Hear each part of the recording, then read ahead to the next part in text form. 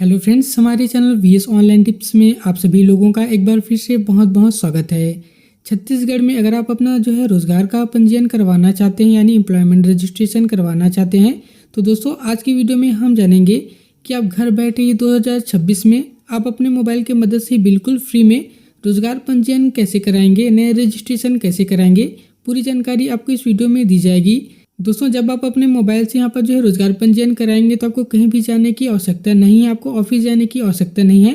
आपके मोबाइल पर ही आपका जो रोज़गार पंजीयन का सर्टिफिकेट है आपको यहाँ पर देखने को मिल जाएगा और आपका जो नंबर है मिल जाएगा। आपको कहीं भी सील या सिग्नेचर करवाने की आवश्यकता नहीं है क्योंकि सारा चीज़ ऑनलाइन हो गया है। आप घर बैठे बिल्कुल फ्री में रोज़गार पंजीयन करवा पाएंगे। तो चलिए जान लेते हैं कि आपको अपना मोबाइल से ही अपना रोज़गार पंजीयन कैसे कराएंगे। ऑनलाइन फॉर्म सबमिट करने के लिए सबसे पहले आप अपने मोबाइल के ब्राउज़र को ओपन कर लीजिए। सर्च के ऑप्शन पर आना है और यहाँ पर आपको सीजी ई रोज़गार या सीजी रोज़गार पंजीयन लिख के आप सर्च कर दीजिए। इसके बाद आपके सामने रोज़गार विभाग छत्तीसगढ़ यानी ई रोज़गार cg.gov.in लिखा हुआ एक वेबसाइट आ जाएगा। तो सिंपली आपको यहाँ पर क्लिक करना होगा। जैसे ही आप यहाँ पर क्लिक करेंगे तो आपके सामने यहाँ पर देख सकते हैं रोज़गार विभाग का जो वेबसाइट है ओपन हो जाएगा। अब दोस्तों आप यहाँ पर देखेंगे तो आपको यहाँ पर रोज़गार मेला के बारे में जानकारी मिल जाएगी। साथ ही यहाँ पर पंजीयन की प्रक्रिया के बारे में पूरी जानकारी दे रखी है। अब दोस्तों आपके सामने इस प्रकार से एक 3 लाइन दिखेगी, यहाँ पर आप क्लिक करेंगे। इसके बाद आपके सामने यहाँ पर बहुत सारा ऑप्शन है ओपन हो जाएगा। अब यहाँ पर आप देख सकते हैं आपको करियर मार्गदर्शन, रोजगार मेला और यहाँ पर आपको पोर्टल के बारे में पूरी जानकारी यहाँ से आप प्राप्त कर सकते हैं। साथ ही यहाँ पर ई रोज़गार के एप्लीकेशन को डाउनलोड करके वहाँ से भी आप रजिस्ट्रेशन कर पाएंगे। तो दोस्तों यहाँ पर आपको ब्राउज़र से यहाँ पर रजिस्ट्रेशन करना है तो सिंपली लॉगिन वाले इस ऑप्शन पर आपको क्लिक करना होगा। जैसे ही आप इस लॉगिन के ऑप्शन पर क्लिक करेंगे आपके सामने इस प्रकार से और ऑप्शन ओपन हो जाता है। अब दोस्तों आपको रोज़गार का पंजीयन करवाना है तो यहाँ पर पहले नंबर पर रोज़गार इच्छुक लिखा हुआ आता है, यहाँ पर आप क्लिक करेंगे। दोस्तों अगर आप अपना रोज़गार पंजीयन करा लिए हैं, लॉगिन करना चाहते हैं या उसमें सुधार करना चाहते हैं तो सिंपली आपको लॉगिन वाले ऑप्शन पर क्लिक करना है। अगर आप आपने अभी तक रोज़गार का पंजीयन नहीं करवाया हुआ है, नया यहाँ पर रजिस्ट्रेशन करना चाहते हैं तो सेकंड नंबर वाले ऑप्शन को आपको यहाँ पर क्लिक करना पड़ेगा। इसके साथ ही अगर आपका रोज़गार पंजीयन एक्सपायर हो गया है तो यहाँ पर आप इसे नवीनीकरण यानी रिन्यूअल भी करवा सकते हैं। उसके लिए आपको थर्ड वाले ऑप्शन को सिलेक्ट कर लेना है। तो हमें यहाँ पर नया यहाँ पर फॉर्म भरना है तो सिंपली हमें यहाँ पर पंजीयन वाले ऑप्शन पर क्लिक करना होगा। जैसे ही आप यहाँ पर क्लिक करेंगे आपके सामने इस प्रकार से रोज़गार पंजीयन के बारे में पूरी जानकारी देखने को मिल जाएगी। दोस्तों यहाँ पर बताया गया कि अगर आपने पहले यहाँ पर रजिस्ट्रेशन कर लिया तो यहाँ पर आपको नया रजिस्ट्रेशन नहीं करना है, बल्कि जो आपको पंजीयन नंबर मिला होगा उसी को डालकर आप यहाँ पर नया फॉर्म भर सकते हैं। अगर आप यहाँ पर नया पंजीयन करवाना चाहते हैं तो वह भी करवा सकते हैं। स्क्रॉल करते हुए आप यहाँ पर नीचे आएंगे तो यहाँ पर देख सकते हैं पंजीयन क्रमांक यहाँ पर लिखा हुआ आता है। तो अगर आपने पहले रोज़गार पंजीयन करवा लिया है तो यहाँ पर आप अपना पुराना रोज़गार पंजीयन डालकर आप अपने फॉर्म को फिल कर सकते हैं। अगर दोस्तों अभी तक आपने रोज़गार पंजीयन में अपना पंजीयन नहीं करवाया हुआ है तो आपको नवीन पंजीयन लिखा हुआ एक ऑप्शन दिखेगा, यहाँ पर आपको क्लिक करना है। जैसे फ्रेंड्स आप यहाँ पर क्लिक करेंगे आपके सामने इस प्रकार से देख सकते हैं कुछ जानकारी आ जाएगी। अब यहाँ पर बताया गया कि जब आप रोज़गार पंजीयन कराएंगे तो आपके आधार कार्ड के जो नंबर है उसका आपको वेरीफाई कराना पड़ेगा, यानी कि आपके आधार कार्ड पे जो लिंक मोबाइल नंबर है उस पर OTP आएगी, उसका आपको वेरीफाई कराना है। आधार कार्ड का वेरिफिकेशन होने के बाद ही आप यहाँ पर फॉर्म को फिल कर पाएंगे। अगर आप अपने आधार कार्ड में मोबाइल नंबर लिंक नहीं करवाए हुए हैं तो सबसे पहले आप अपने आधार कार्ड में मोबाइल नंबर लिंक करवा लें, उसके बाद यहाँ पर फॉर्म को फिल करें, तभी आप यहाँ पर रोज़गार पंजीयन कर पाएंगे। तो जानकारी को आपको पढ़ लेना होगा और नीचे बंद करें लिखा हुआ आता है, यहाँ पर आप क्लिक कर दीजिए। अब दोस्तों आप यहाँ पर देखेंगे तो आपको रजिस्ट्रेशन करने के लिए यहाँ पर मोबाइल नंबर मांगा जा रहा है। तो यहाँ पर आप अपना मोबाइल नंबर एंटर कर देंगे। मोबाइल नंबर एंटर करने के बाद दोस्तों यहाँ पर देखेंगे तो आपको मोबाइल OTP भेजने लिखा हुआ आता है, यहाँ पर क्लिक कर दीजिए और आपके मोबाइल नंबर पर OTP भेज दिया जाएगा।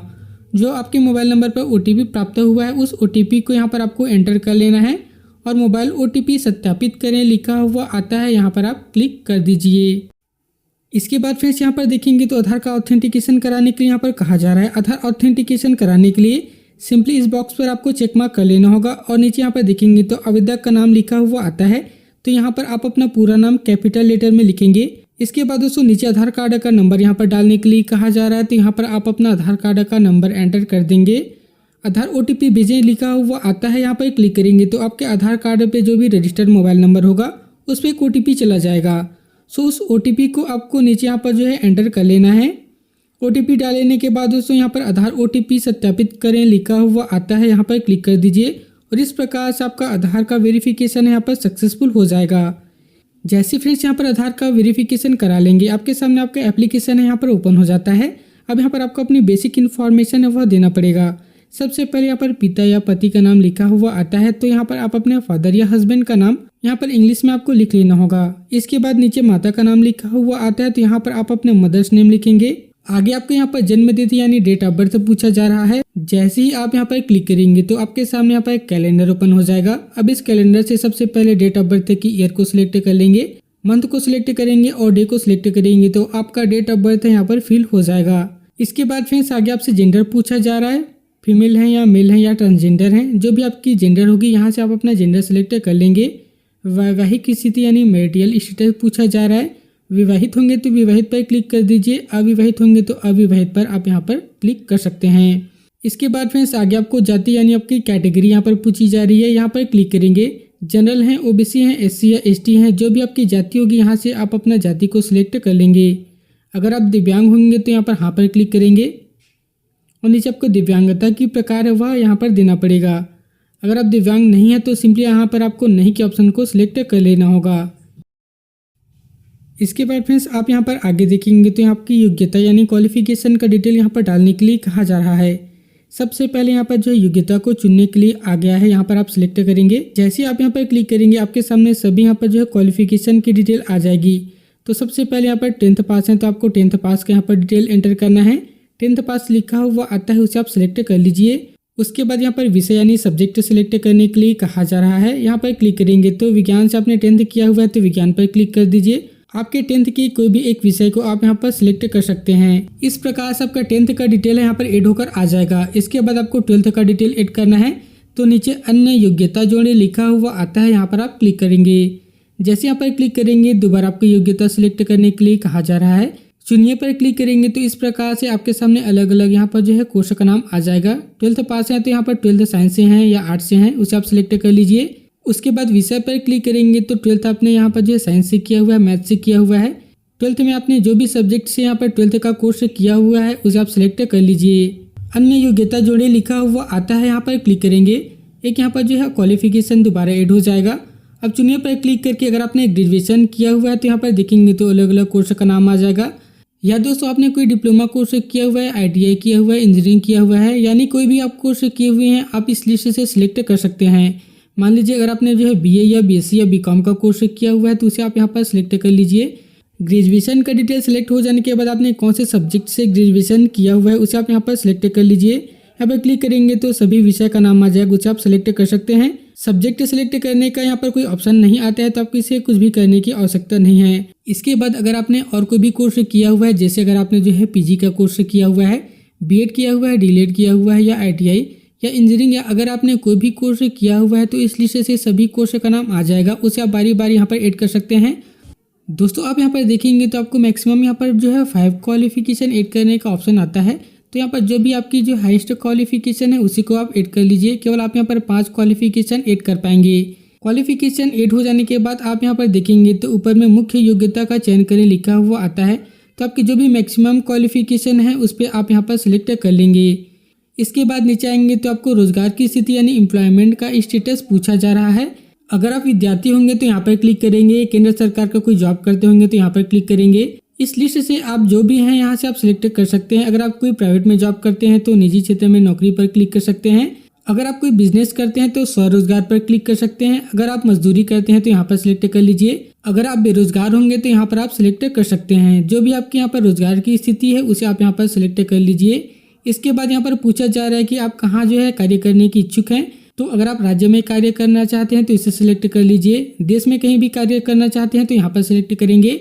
विदेश में करना है तो यहाँ पर क्लिक कर दीजिए। आप जो है तीनों में यहाँ पर सिलेक्ट कर सकते हैं। इसके बाद अल्पसंख्यक पूछा जा रहा है, तो अगर आप अल्पसंख्यक के अंतर्गत आते होंगे, अगर आप अल्पसंख्यक के अंतर्गत नहीं आते हैं तो इसे आपको सिलेक्ट करने की आवश्यकता नहीं है। इसके बाद आगे आपको पूरा पता डालने के लिए कहा जा रहा है। जो भी आप यहाँ पर अपना एड्रेस देंगे आपके आधार कार्ड में है उसी के अनुसार यहाँ पर आपको अपना पूरा पता है उसे देना पड़ेगा। सबसे पहले यहाँ पर राज्य सिलेक्ट करने के लिए कहा जा रहा है। छत्तीसगढ़ है तो यहाँ पर ऑलरेडी छत्तीसगढ़ यहाँ पर सिलेक्टेड हुआ आ जाएगा। इसके बाद नीचे जिला सेलेक्ट करने के लिए कहा जा रहा है, तो कौन से जिले में रहते हैं उस जिले को सिलेक्ट कर लीजिए। आगे आपसे आपका एरिया पूछा जा रहा है। अगर आप शहरी एरिया में रहते हैं तो शहरी पर क्लिक करेंगे, ग्रामीण एरिया में रहते हैं तो ग्रामीण पर क्लिक कर दीजिए। जैसे आप ग्रामीण या शहरी पर क्लिक करेंगे, आगे आपको ब्लॉक सिलेक्ट करने के लिए कहा जा रहा है, तो आपका एरिया कौन से ब्लॉक में आता है उसे आप सिलेक्ट करेंगे।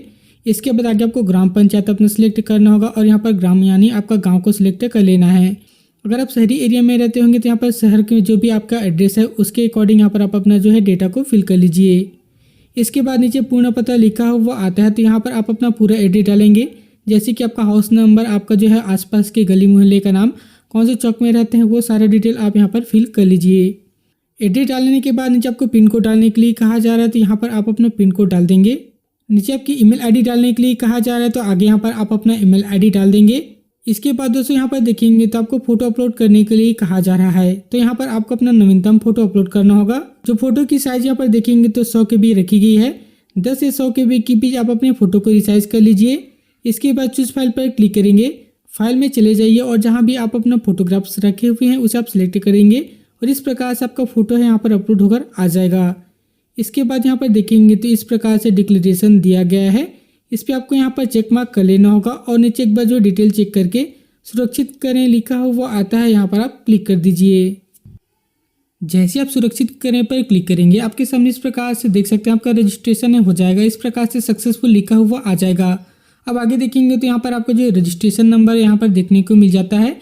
जो यहाँ पर पंजीयन क्रमांक लिखा हुआ आता है वही आपकी जो है रजिस्ट्रेशन नंबर है, इसी को आपको जो है किसी भी जगह मांगा जाता है तो वहाँ पर आपको डालना पड़ता है। इसके बाद जैसे ही ओके के बटन पर क्लिक करेंगे, आपके सामने इस प्रकार से पासवर्ड चेंज करने का ऑप्शन आ जाएगा। तो दोस्तों जो भी आपके मैसेज पर नया पासवर्ड आया होगा उसे आपको यहाँ पर जो चेंज करना पड़ेगा, तो इसके लिए पासवर्ड बदलें लिखा हुआ आता है, यहाँ पर आप क्लिक करेंगे। जैसे यहाँ पर क्लिक करेंगे आपके सामने इस प्रकार से मौजूदा पासवर्ड यहाँ पर पूछा जा रहा है, तो जो भी आपके मोबाइल नंबर पर पासवर्ड आया होगा उसे आप यहाँ पर एंटर कर देंगे। इसके बाद नया पासवर्ड लिखा हुआ आता है, तो आप अपने हिसाब से कोई भी यहाँ पर 8 डिजिट का या उससे अधिक आपको नया पासवर्ड यहाँ पर बना लेना है। पासवर्ड बनाने के बाद उसी पासवर्ड को नीचे डाल के आपको कंफर्म कर लेना है और आपको आगे बढ़ने पर क्लिक करना है।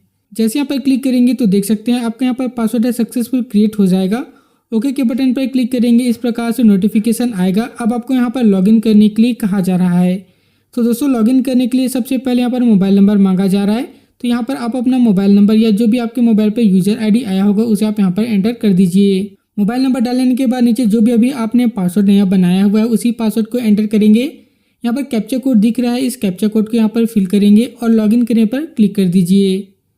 जैसे यहाँ पर क्लिक करेंगे आपके सामने इस प्रकार से आपका प्रोफाइल है ओपन हो जाएगा। अब दोस्तों आपके यहाँ पर पंजीयन क्रमांक है वह देखने को मिल जाता है। साथ ही आप इस पेज को स्क्रॉल करते हुए नीचे आएंगे तो आपका रजिस्ट्रेशन कब यहाँ पर समाप्त हो रहा है उसकी भी जानकारी यहाँ पर दी गई है। दोस्तों यहाँ पर बताया गया कि पंजीयन का जो तारीख है समाप्त होने के बाद आपको जो 2 महीने के अंदर आपको जो पंजीयन क्रमांक को नवीनीकरण करवाना होता है, तो जो भी यहाँ पर डेट खत्म हो जाएगा आप 2 महीने के अंदर नवीनीकरण करवा सकते हैं।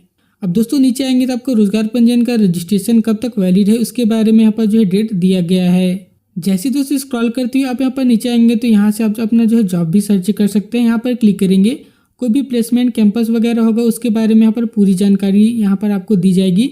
आप अपने क्वालिफिकेशन डाले हैं उसी के अनुसार यहाँ पर अलग अलग आपको यहाँ पर जो है रोजगार देखने को मिल जाएगा। दोस्तों रोजगार पंजीयन को डाउनलोड करने के लिए सिंपली आप यहाँ पर ऊपर देखेंगे तो आपको इस प्रकार से जो है 3 लाइन दिखेगी, यहाँ पर क्लिक कर दीजिए। अब दोस्तों यहाँ पर देखेंगे तो अगर पंजीयन में कोई गलती हो गई होगी उसे भी आप यहाँ पर सुधार सकते हैं। मान लीजिए अगर आपको और क्वालिफिकेशन ऐड करना है तो यहाँ पर देखेंगे तो केवल योग्यता सुधारने पर क्लिक करके आप अपने जो है क्वालिफिकेशन को चेंज कर सकते हैं और क्वालिफिकेशन ऐड कर सकते हैं। अगर आपको एक्सपीरियंस में अपडेट करना होगा तो उसे भी आप यहाँ पर कर पाएंगे। रोजगार पंजीयन सर्टिफिकेट डाउनलोड करने के लिए आप यहाँ पर देखेंगे तो पहचान पत्र एक्सटेंड लिखा हुआ आता है, यहाँ पर क्लिक करेंगे। जैसे यहाँ पर क्लिक करेंगे तो इस प्रकार से आपका रोजगार पंजीयन का जो पावती है यानी कि स्लिप है इस प्रकार से आ जाएगी। जो भी आप जानकारी दिए हुए हैं आप अपने रोजगार प्रमाण पत्र में पूरी जानकारी यहाँ से प्राप्त कर सकते हैं। अब दोस्तों इसको डाउनलोड करने के लिए सिंपली ऊपर देखेंगे तो डाउनलोड करें लिखा हुआ आता है, यहाँ पर क्लिक कर दीजिए। जैसे यहाँ पर क्लिक करेंगे तो यह जो सर्टिफिकेट है आपके मोबाइल पर डाउनलोड हो जाएगा। आप नज़दीक की किसी भी कंप्यूटर शॉप पर जाकर इसका प्रिंट आउट निकलवा लीजिए। अब दोस्तों इसमें साफ बताया गया है कि आपको कहीं भी रोजगार के लिए जाने की आवश्यकता नहीं है। जो आपका प्रमाण पत्र यहाँ पर प्राप्त हुआ है इसी को आप यहाँ पर कहीं भी जगह यूज़ कर सकते हैं। आपको कहीं भी सीलियर सिग्नेचर करवाने की आवश्यकता नहीं है, क्योंकि आज का रोजगार पंजीयन पूरी तरीके से ऑनलाइन हो गया है। आपको कहीं भी ऑफिस में जाकर लंबे लंबे लाइन लगाना या वहाँ पर सीलियर साइन करवाने की कोई भी आवश्यकता नहीं पड़ती। तो दोस्तों देख सकते हैं इस प्रकार से आप अपने मोबाइल की मदद से ही 2026 में आप अपना रोजगार पंजीयन यहाँ पर करा सकते हैं, वो भी बिल्कुल फ्री में करा सकते हैं। सो यह वीडियो आपको कैसी लगी नीचे कमेंट करके ज़रूर बताएं। ऐसी ही और इन्फॉर्मेटिव वीडियो प्राप्त करने के लिए जल्दी से चैनल को सब्सक्राइब कर लीजिए।